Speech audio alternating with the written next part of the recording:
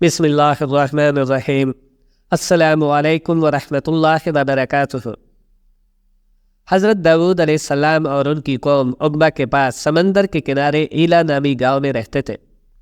ان کی تعداد 70,000 کے قریب تھی۔ یہ بڑی ہی خوشحال اور اللہ کی فرمانبردار قوم تھی۔ ہر طرف ہریالی تھی، لوگ ہنسی خوشی رہتے تھے۔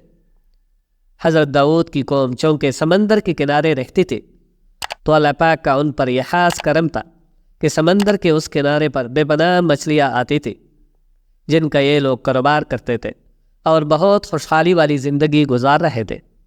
پھر ایک دن اللہ نے اس قوم کا امتحان لینے کا فیصلہ کیا اور حضرت داؤد کو وہی بھیجی کہ اپنی قوم سے کہہ دے کہ وہ سنیچر یعنی ہفتے والے دن مچھلی کا شکار نہیں کریں گے، بلکہ ہفتے والے دن مچھلیوں کا شکار کرنا قوم داؤد پر حرام کر دیا گیا۔ اور پھر یہاں سے شروع ہوتی ہے اس قوم کی بربادی۔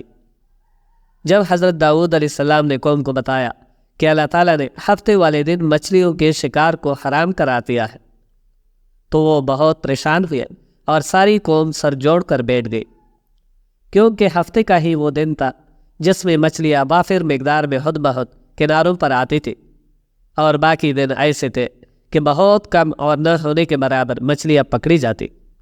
اب شیطان نے ان کو وسوسہ ڈال دیا کہ سمندر سے نالیاں نکال کر خشکی میں بڑے بڑے ہاؤس بنا لیتے ہیں۔ جب ہفتے والے دن مچھلیاں آئے گی تو وہ نالیوں سے ہو کر ان بڑے ہاؤس میں آ جائے گی اور پھر نالیوں کا منہ بند کر دیا جائے گا۔ پھر اگلے دن ان کو پکڑ لیا کریں گے۔ اس طرح ہم ہفتے والے دن شکار سے بھی بچ جائیں گے اور مچھلیاں بھی ہاتھ سے نہیں جائے گی، وہ بھی پکڑی جائے گی۔ بہت سے لوگوں کو یہ ہلا بازی اچھی لگی اور انہوں نے ایسا کرنا شروع کر دیا اور نالیاں سمندر سے بنا کر ہاؤس میں ڈال دی۔ لیکن ان لوگوں نے یہ نہیں سوچا کہ جب مچھلیاں سمندر سے ہاؤس میں آ کر قید ہو جائے گی تو پھر شکار تو ہو ہی گیا نا۔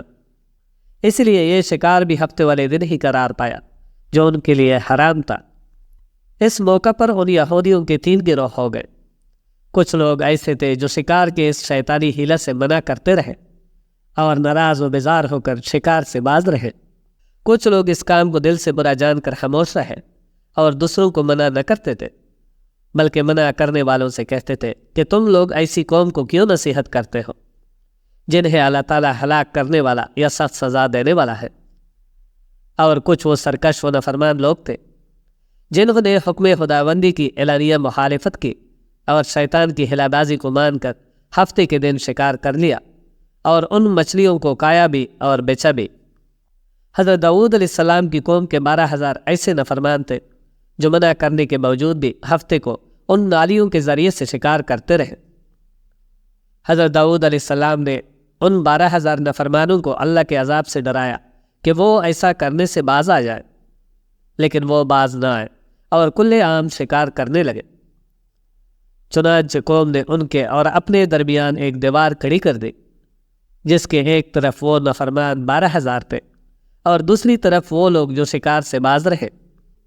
حضرت داؤد علیہ السلام نے غضبناک ہو کر شکار کرنے والوں پر لعنت فرما دی۔ اس کا اثر یہ ہوا کہ ایک دن ہتھیاروں میں سے کوئی باہر نہیں نکلا تو انہیں دیکھنے کے لیے کچھ لوگ دیوار پر چڑھ گئے تو کیا دیکھا کہ وہ سب کے سب بندروں کی صورت میں مسح ہو گئے ہیں۔ اب وہ لوگ ان مجرموں کا دروازہ کھول کر اندر داخل ہوئے تو وہ بندر اپنے رشتہ داروں کو پہچانتے تھے اور ان کے پاس آ کر ان کے کپڑوں کو سونگتے تھے اور زار و قطار روتے تھے، مگر لوگ ان بندر بن جانے والوں کو نہیں پہچانتے تھے۔ سورہ بقرہ میں اللہ پاک فرماتے ہیں، اور بے شک ضرور تمہیں معلوم ہے تم میں کہ وہ جنہوں نے ہفتے میں سرکشی کی تو ہم نے ان سے فرمایا کہ ہو جاؤ بندر دتکارے ہوئے۔ اور مفصل واقعہ اس کا سورہ روم میں ہے جس کا ترجمہ ہے کہ ان سے حال پوچھو اس بستی کا کہ دریا کے کنارے تھی، جب وہ ہفتے کے بارے میں حد سے بڑھتے، جب ہفتے کے دن کی مچھلیاں پانی پر تیرتی ان کے سامنے آتی اور جو دن ہفتے کا نہ ہوتا نہ آتی۔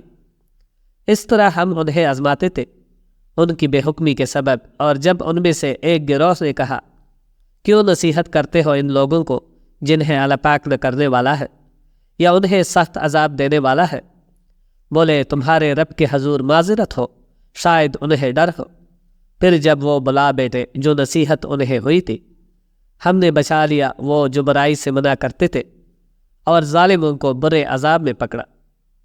پھر جب انہوں نے ممانعت کے حکم سے سرکشی کی، ہم نے ان سے فرمایا ہو جاؤ بندر دتکارے ہوئے۔ اب سوال یہ پیدا ہوتا ہے کہ آج کے بندروں میں کیا کوئی بندر ان کی نسل سے بھی ہے؟ اس بارے میں حضور پاک صلی اللہ علیہ وآلہ وسلم کی ایک حدیث پاک موجود ہے، لیکن اس سے پہلے آپ کو بتاتے چلیں کہ حضرت داؤد علیہ السلام کی قوم کے ان 12,000 بندروں کا کیا بنا تھا۔ تفسیر میں ہے کہ وہ سب 3 دن تک زندہ رہے اور اس درمیان میں کچھ کھا بھی نہ سکے، بلکہ یوں ہی بھوکے پیاسے سب کے سب ہلاک ہو گئے۔ شکار سے منع کرنے والا گروہ ہلاکت سے سلامت رہا، اور وہ بھی جو اس شکار کو برا جان کر خاموش رہے۔ حضرت عبداللہ بن مسعود رضی اللہ تعالی عنہ سے صحیح مسلم میں منقول ہے کہ حضور پاک صلی اللہ علیہ وآلہ وسلم سے کسی نے سوال کیا کہ آج کے بندر کیا حضرت داؤد علیہ السلام کی قوم سے ہے؟ تو آپ نے فرمایا کہ اللہ تعالیٰ جس قوم پر عذاب بھیجتا ہے یا ان کو یہ مسح والا عذاب یعنی کہ بندر بنا دیتا ہے تو وہ انہی کے اوپر ہوتا ہے، ان کی نسل نہیں چلاتا، بلکہ وہ کچھ دنوں میں ہلاک ہو جاتے ہیں۔ اس لیے یہ بات غلط ہے کہ کچھ لوگ یہ سوچتے ہیں کہ آج کے بندروں میں بھی حضرت داؤد علیہ السلام کی قوم کے بندر بننے والوں کی نسل موجود ہے۔ ایسا کچھ نہیں، وہ صرف اور صرف 3 دن تک زندہ رہ سکے، اس کے بعد سب کے سب ہی مر گئے تھے۔ آج کی ویڈیو کا سبق یہی ہے کہ کبھی بھی شیطان کے ہیلے بہانوں میں نہ آئے اور اللہ کے احکام کی مکمل پابندی کرے، اللہ کی نافرمانیوں سے بچے۔ بے شک اللہ بہت جابر قہار ہے۔ اگر ہم چاہتے ہیں کہ ہم دنیا اور آخرت میں ذلیل و خوار ہو کر نہ رہ جائیں تو خدارا اللہ پاک کے احکامات اور نبی مکرم صلی اللہ علیہ وآلہ وسلم کی شریعت کے مکمل پابند ہو جائیں۔ اے اللہ پاک ہمیں اپنی اور اپنے پیارے رسول حضرت محمد صلی اللہ علیہ وآلہ وسلم کی نافرمانیوں سے بچائے رکھنا، اور بروز قیامت ہمارے حساب میں نرمی فرمانا، ہم سے قبر کے معاملات میں سختی نہ کرنا، اور ہمیں دنیا و آخرت میں کامیابی عطا فرما دینا۔ کمنٹ سیکشن میں آمین ضرور لکھیے گا، نہ جانے کس کی آمین سے ہماری دعائیں قبول ہو جائیں۔ شکریہ۔